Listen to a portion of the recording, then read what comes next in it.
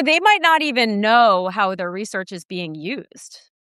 I think that's the other thing, is that sometimes when you're just plugging away, doing your research and answering the next question, and, it's cool if you get, some PR out of something that you studied, but you don't tend to follow it into that level of like how it shows up in like in popular discourse. I don't sometimes they might not even know, unless someone, and even if they did, it's some scientist in their lab wherever, and they might be horrified by, there was an example of this. I feel like I was talking to somebody yesterday about this. And when the researcher found out how their research was being used by a very big name, oh, now I know the example. I shouldn't talk about it, but it was being used by a very big name and totally misused. It was just misrepresented, misused, and like a key part of their argument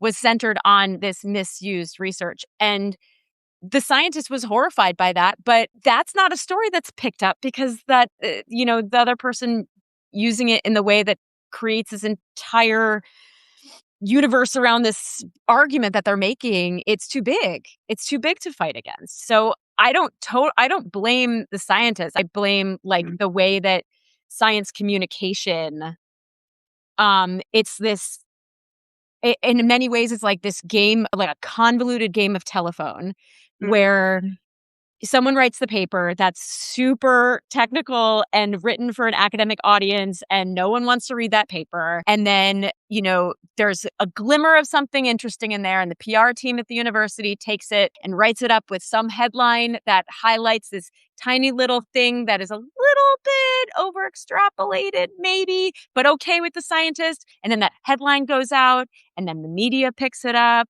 and then social media picks it up, and then it becomes some meme somewhere that's boiled down to like the smallest part that can become viral, and it's like it's gone. It's gone. It's out of the scientist's hands. Yeah. Well, and I think we should also acknowledge that there's